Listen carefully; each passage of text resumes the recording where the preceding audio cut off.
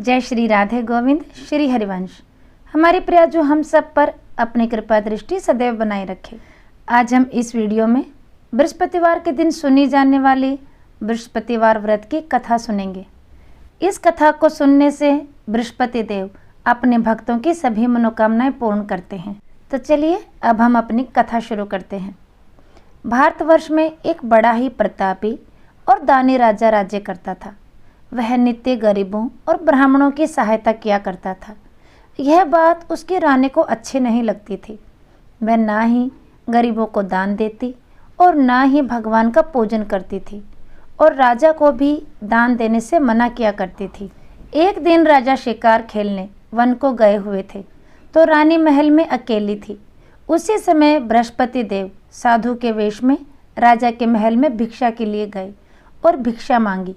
रानी ने भिक्षा देने से इनकार कर दिया और कहा, हे साधु महाराज, मैं तो इस दान और पुण्य से तंग आ गई हूँ। मेरा पति सारा दिन धन लुटाते रहते हैं। मेरी इच्छा है कि हमारा सारा धन नष्ट हो जाए, फिर ना रहेगा बांस और ना बजेगी बांसुरी। साधु ने कहा, देवी तुम तो बड़े विचित्र हो। धन संतान तो सभी चाहते हैं, पुत्र और लक्ष्मी तो पापी के घर भी होनी चाहिए। यदि तुम्हारे पास अधिक धन है तो भूखों को भोजन करवाओ, प्यासों के लिए प्याऊ बनवाओ, मुसाफिरों के लिए धर्मशालाएं खुलवाओ। जो निर्धन अपनी कुंवारी कन्याओं का विवाह नहीं कर सकते उनका विवाह करवाओ। ऐसे और कई काम हैं जिनके करने से तुम्हारा यश लोक परलोक में फैलेगा। परंतु रानी पर उपदेश का कोई प्रभाव नहीं पड़ा। वह बोली, महाराज आप मुझे ना समझाएं। मैं ऐसा धन नहीं चाहती जो हर जगह बांटती फिरूं। साधु ने उत्तर दिया, यदि तुम्हारी ऐसी इच्छा है तो तथास्तु। साधु महाराज ने रानी से कहा, तुम ऐसा करना कि बृहस्पतिवार को घर लीपकर पीली मिट्टी से अपना सिर धोकर स्नान करना, कपड़े धोना। ऐसा करने से आपका सारा धन नष्ट हो जाएगा। इतना कहकर वह साधु महाराज वहाँ से गायब हो गए। साधु के अनुसार कही बातों को पूरा करते हुए रानी को केवल 3 बृहस्पतिवार ही बीते थे कि उसकी समस्त धन संपत्ति नष्ट हो गई। भोजन के लिए राजा का परिवार तरसने लगा। तब एक दिन राजा ने रानी से कहा कि हे रानी, तुम यहीं रहो, मैं दूसरे देश को जाता हूँ, क्योंकि यहाँ पर सभी लोग मुझे जानते हैं, इसलिए मैं कोई छोटा कार्य नहीं कर सकता। ऐसा कहकर राजा परदेश चला गया। वहाँ पर राजा जंगल से लकड़ी काट कर लाता और शहर में बेच आता। इस तरह वह अपना जीवन व्यतीत करने लगा। इधर राजा के परदेश जाते ही रानी और दासी दुखी रहने लगी। एक बार जब रानी और दासी को 7 दिन तक बिना भोजन के रहना पड़ा तो रानी ने अपनी दासी से कहा, हे दासी, पास ही के नगर में मेरी बहन रहती है, वह बड़ी धनवान है, तो उसके पास जा और वहाँ से कुछ अनाज ले आ ताकि थोड़ी बहुत गुजर बसर हो जाए। दासी रानी की बहन के पास गई। उस दिन गुरुवार था और रानी की बहन उस समय बृहस्पतिवार व्रत की कथा सुन रही थी। दासी ने रानी की बहन को अपनी रानी का संदेश दिया, लेकिन रानी की बहन ने कोई उत्तर नहीं दिया। जब दासी को रानी की बहन से कोई उत्तर नहीं मिला तो वह बहुत दुखी हुई और उसे क्रोध भी आया। दासी ने वापस आकर रानी को सारी बात बता दी।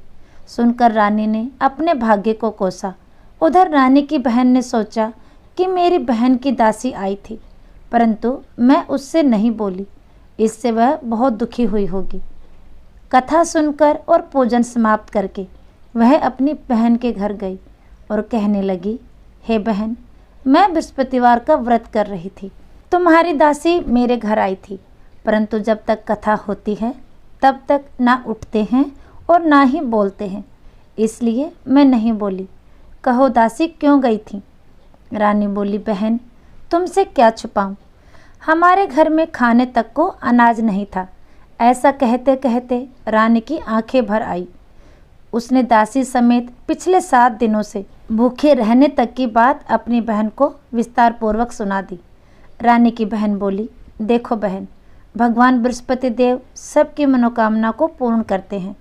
देखो शायद तुम्हारे घर में अनाज रखा हो, पहले तो रानी को विश्वास नहीं हुआ, पर बहन के आग्रह करने पर उसने अपनी दासी को अंदर भेजा तो उसे सचमुच अनाज से भरा एक घड़ा मिल गया। यह देखकर दासी को बड़ी हैरानी हुई। दासी रानी से कहने लगी, हे रानी, जब हमको भोजन नहीं मिलता तो हम व्रत ही तो करते हैं, इसलिए क्यों ना इनसे व्रत और कथा की विधि पूछ ली जाए ताकि हम भी व्रत कर सकें। तब रानी ने अपनी बहन से बृहस्पतिवार व्रत के बारे में पूछा। उसकी बहन ने बताया, बृहस्पतिवार के व्रत में चने की दाल और मुनक्का से विष्णु भगवान का केले की जड़ में पूजन करें तथा दीपक जलाएं, व्रत कथा सुने और पीला भोजन ही करें। इससे बृहस्पति देव प्रसन्न होते हैं। व्रत और पूजन विधि बताकर रानी की बहन अपने घर लौट गई। 7 दिन के बाद जब गुरुवार आया तो रानी और दासी ने व्रत रखा। गुड़साल में जाकर चना और गुड़ लेकर आ गई। फिर उससे केले की जड़ तथा विष्णु भगवान का पूजन किया। अब पीला भोजन कहाँ से आए? इस बात को लेकर दोनों बहुत दुखी थीं, क्योंकि उन्होंने व्रत रखा था, इसलिए बृहस्पति देव उनसे प्रसन्न थे। इसलिए वे एक साधारण व्यक्ति का रूप धारण कर 2 थालों में सुंदर पीला भोजन दासी को दे गए। भोजन पाकर दासी प्रसन्न हुई और फिर रानी के साथ मिलकर भोजन ग्रहण किया। उसके बाद वे सभी गुरुवार का व्रत और पूजन करने लगी।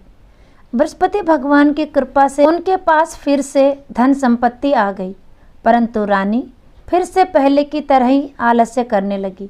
तब दासी बोली, देखो रानी, तुम पहले भी इसी प्रकार आलस्य करती थी। तुम्हें धन को रखने में कष्ट होता था, इस कारण सभी धन नष्ट हो गया, और अब जब भगवान बृहस्पति की कृपा से धन मिला है तो तुम्हें फिर से आलस्य होता है। रानी को समझाते हुए दासी कहती है कि बड़ी मुसीबतों के बाद हमने यह धन पाया है, इसलिए हमें दान पुण्य करना चाहिए, भूखे मनुष्यों को भोजन कराना चाहिए और धन को शुभ कार्यों में खर्च करना चाहिए, जिससे तुम्हारा कुल का यश बढ़ेगा, स्वर्ग की प्राप्ति होगी और पितृ प्रसन्न होंगे। दासी की बात मानकर रानी अपना धन शुभ कार्यों में खर्च करने लगी, जिससे पूरे नगर में उसका यश फैलने लगा। बृहस्पतिवार व्रत कथा के बाद श्रद्धा के साथ आरती करनी चाहिए। इसके बाद प्रसाद बांटकर उसे ग्रहण करना चाहिए। एक दिन राजा दुखी होकर जंगल में एक पेड़ के नीचे आसन जमाकर बैठ गया। वह अपनी दशा को याद करके व्याकुल होने लगा। बृहस्पतिवार का दिन था। एकाएक उसने देखा कि निरंजन वन में एक साधु प्रकट हुए। वह साधु वेश में स्वयं बृहस्पति देवता थे। लकड़हारे के सामने आकर बोले, हे लकड़हारे, इस सुनसान जंगल में तो किस चिंता में बैठा है? लकड़हारे ने दोनों हाथ जोड़कर प्रणाम किया और उत्तर दिया, महात्मा जी, आप सब कुछ जानते हैं, मैं क्या कहूँ। यह कहकर रोने लगा और साधु को अपनी आत्मकथा सुनाई।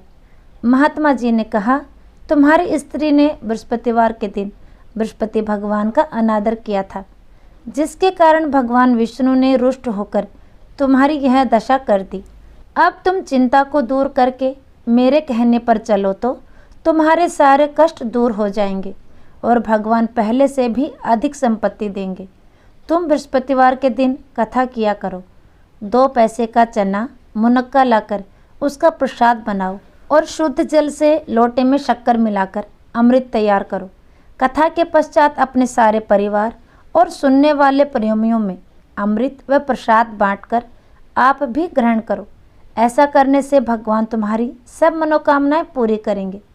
साधु के ऐसे वचन सुनकर लकड़हारा बोला, हे प्रभु, मुझे लकड़ी बेचकर इतना पैसा नहीं मिलता जिससे मैं भोजन के उपरांत कुछ बचा सकूं। मैंने रात्रि में अपनी स्त्री को व्याकुल देखा है।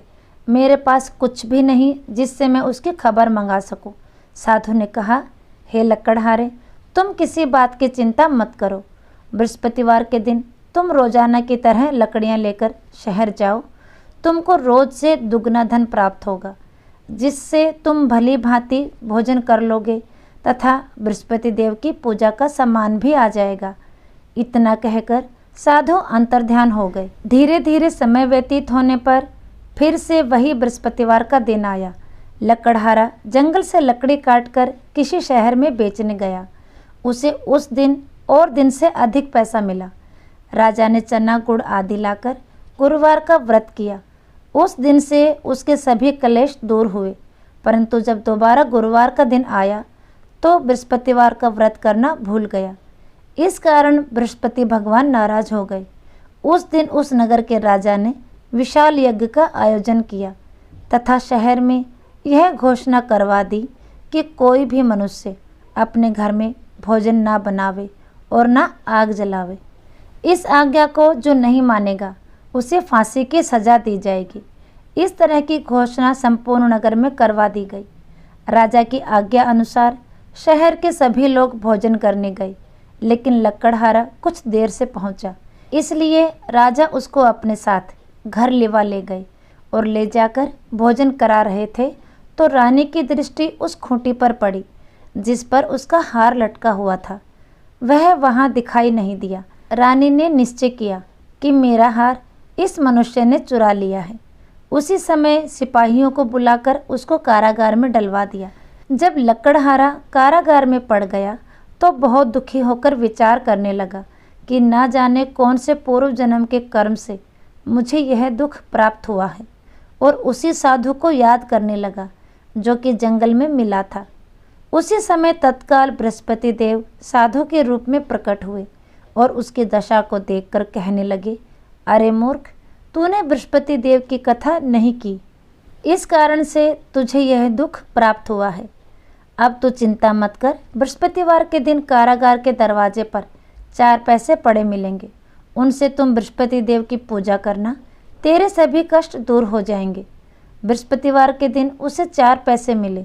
लकड़हारे ने कथा कही। उसी रात्रि को बृहस्पति देव ने उस नगर के राजा को स्वप्न में कहा, हे राजा, तूने जिस आदमी को कारागार में बंद कर दिया है वह निर्दोष है, वह राजा है, उसे छोड़ देना। रानी का हार उसी खूंटी पर लटका हुआ है। अगर तू उसे नहीं छोड़ेगा तो मैं तेरे राज्य को नष्ट कर दूंगा। इस तरह रात्रि के स्वप्न को देखकर राजा प्रातःकाल उठा और खूंटी पर हार देखकर लकड़हारे को बुलाकर क्षमा मांगी तथा लकड़हारे को योग्य सुंदर वस्त्र आभूषण देकर विदा कर दिया। बृहस्पति देव की आज्ञा अनुसार लकड़हारा अपने नगर को चल दिया। राजा जब अपने नगर के निकट पहुंचा तो उसे बड़ा आश्चर्य हुआ।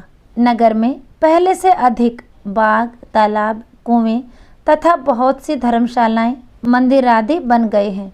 राजा ने पूछा कि यह किसका बाग और धर्मशाला है। तब नगर के सब लोग कहने लगे, यह सब रानी और बांदी के हैं। तो राजा को आश्चर्य हुआ और गुस्सा भी आया। जब रानी ने यह खबर सुनी कि राजा आ रहे हैं तो उन्होंने बांदी से कहा कि हे दासी, देख, राजा हमको कितनी बुरी हालत में छोड़ गए थे। हमारी ऐसी हालत देखकर वह वापस ना लौट जाए, इसलिए तू दरवाजे पर खड़ी हो जा। आज्ञा अनुसार दासी दरवाजे पर खड़ी हो गई। राजा आए तो उन्हें अपने साथ लिवा लाई। तब राजा ने क्रोध करके अपनी रानी से पूछा कि यह धन तुम्हें कैसे प्राप्त हुआ है। तब उन्होंने कहा, हमें यह सब धन बृहस्पति देव के व्रत के प्रभाव से प्राप्त हुआ है। राजा ने निश्चय किया कि 7 दिन बाद तो सभी बृहस्पति देव का पूजन करते हैं, परंतु मैं प्रतिदिन दिन में 3 बार कहानी तथा व्रत किया करूँगा। अब हर समय राजा के दुपट्टे में चने की दाल बंधी रहती तथा दिन में 3 बार कहानी कहता। एक दिन राजा ने विचार किया कि चलो अपनी बहन के यहाँ हो आए। इस तरह निश्चय कर राजा घोड़े पर सवार होकर अपनी बहन के यहाँ जाने लगा। मार्ग में उसने देखा कि कुछ आदमी एक मुर्दे को लिए जा रहे हैं। उन्हें रोककर राजा कहने लगा, अरे भाई, मेरे बृहस्पति देव की कथा सुन लो। वे बोले, लो, हमारा तो आदमी मर गया है, इसको अपनी कथा की पड़ी है। परंतु कुछ आदमी बोले, अच्छा कहो, हम तुम्हारी कथा भी सुनेंगे। राजा ने दाल निकाली और जब कथा आरंभ की, कथा आधी हुई थी कि मुर्दा हिलने लगा, और जब कथा समाप्त हो गई तो राम राम कहकर मनुष्य उठ खड़ा हुआ। आगे मार्ग में उसे एक किसान खेत में हल चलाता मिला। राजा ने उसे देखा और उससे बोला, अरे भाई, तुम मेरे बृहस्पतिवार की कथा सुन लो। किसान बोला, जब तक मैं तेरी कथा सुनूंगा तब तक 4 हरैया जोत लूँगा। जा अपनी कथा किसी और को सुनाना। इस तरह राजा आगे चलने लगा। राजा के हटते ही बैल पछाड़ खाकर गिर गए तथा किसान के पेट में बड़ी जोर का दर्द होने लगा। उस समय उसकी माँ रोटी लेकर आई। उसने जब यह देखा तो अपने पुत्र से सब हाल पूछा, तो बेटे ने सभी हाल कह दिया। तो बुढ़िया दौड़ी दौड़ी उस घुड़सवार के पास गई और उससे बोली कि मैं तेरी कथा सुनूंगी, तू अपनी कथा मेरे खेत पर चलकर ही कहना। राजा ने बुढ़िया के खेत पर जाकर कथा कही, जिसको सुनते ही वह बैल उठ खड़े हुए तथा किसान के पेट का दर्द भी बंद हो गया। राजा अपनी बहन के घर पहुंचा। बहन ने भाई की खूब मेहमानी की। दूसरे दिन प्रातःकाल राजा जगा तो देखने लगा कि सब लोग भोजन कर रहे हैं। राजा ने अपनी बहन से कहा, ऐसा कोई मनुष्य है जिसने भोजन नहीं किया हो, वह मेरी बृहस्पतिवार की कथा सुन ले। बहन बोली, हे भैया, यह देश ऐसा ही है। यहाँ पहले सब लोग भोजन करते हैं, बाद में अन्य काम करते हैं। अगर कोई पड़ोस में हो तो देख कर आती हूँ। वह ऐसा कहकर देखने चली गई। उसे कोई ऐसा व्यक्ति नहीं मिला जिसने भोजन न किया हो। अतः वह एक कुम्हार के घर गई जिसका लड़का बीमार था। उसे मालूम हुआ कि उनके यहाँ 3 दिन से किसी ने भोजन नहीं किया है। रानी ने अपने भाई की कथा सुनने के लिए कुम्हार से कहा तो वह तैयार हो गया। राजा ने कुम्हार के घर जाकर बृहस्पतिवार की कथा कही, जिसको सुनकर उसका लड़का ठीक हो गया। अब तो राजा की प्रशंसा होने लगी। एक दिन राजा ने अपनी बहन से कहा कि हे बहन, हम अपने घर को जाएंगे, तुम भी तैयार हो जाओ। राजा की बहन ने अपनी सास से कहा। सास ने कहा, हाँ चली जा, परंतु अपने लड़कों को मत ले जाना, क्योंकि तेरे भाई के कोई औलाद नहीं है। बहन ने अपने भाई से कहा, हे भैया, मैं तो चलूँगी, पर कोई बालक नहीं जाएगा। राजा बोला, जब कोई बालक ही नहीं चलेगा तब तुम ही चलकर क्या करोगी। बड़े दुखी मन से राजा अपने नगर को लौट आया। राजा ने अपनी रानी से कहा, हम निर्वंशी राजा हैं, हमारा मुंह देखने का धर्म नहीं है और कुछ भोजन आदि नहीं किया। रानी बोली, हे स्वामी, बृहस्पति देव ने हमें सब कुछ दिया है, वह हमें औलाद भी अवश्य देंगे। उसी रात को बृहस्पति देव ने राजा से स्वप्न में कहा, हे राजा, उठ, सभी सोच त्याग दे, तेरी रानी गर्भ से है। राजा को यह सब सुनकर बड़ी खुशी हुई। 9वें महीने में रानी के गर्भ से एक सुंदर पुत्र पैदा हुआ। तब राजा बोला, हे रानी, स्त्री बिना भोजन के रह सकती है, पर बिना कहे नहीं रह सकती। जब मेरी बहन आवे तुम उससे कुछ मत कहना। रानी ने सुनकर हाँ कर दी। जब राजा की बहन ने यह शुभ समाचार सुना तो वह बहुत खुश हुई तथा बधाई लेकर अपने भाई के यहाँ आई। तब रानी ने कहा, घोड़ा चढ़कर तो नहीं आई, गधा चढ़ी आई। राजा की बहन बोली, भाभी, मैं इस प्रकार ना कहती तो तुम्हें औलाद कैसे मिलती। बृहस्पति देव ऐसे ही हैं, जैसे जिसके मन में मनोकामनाएं हैं सभी को पूर्ण करते हैं। जो सद्भावना पूर्वक बृहस्पतिवार का व्रत करता है एवं कथा पढ़ता है अथवा सुनता है, दूसरों को सुनाता है, बृहस्पति देव उसकी सब मनोकामना पूर्ण करते हैं। भगवान बृहस्पति देव उसकी सदैव रक्षा करते हैं। संसार में जो मनुष्य सद्भावना से भगवान जी का पूजन व्रत सच्चे हृदय से करते हैं तो उनकी सभी मनोकामनाएं पूर्ण करते हैं। जैसी सच्ची भावना से रानी और राजा ने उनकी कथा का गुणगान किया तो उनकी सभी इच्छाएं बृहस्पति देव जी ने पूर्ण की थी। इसलिए पूर्ण कथा सुनने के बाद प्रसाद लेकर जाना चाहिए। हृदय से उनका नमन करते हुए जयकारा बोलना चाहिए। जय श्री विष्णु भगवान की जय हो, बृहस्पति देव की। तो आज का वीडियो यहीं तक, फिर मिलेंगे अगले वीडियो में। तब तक के लिए सभी को प्रेम भरी राधे राधे।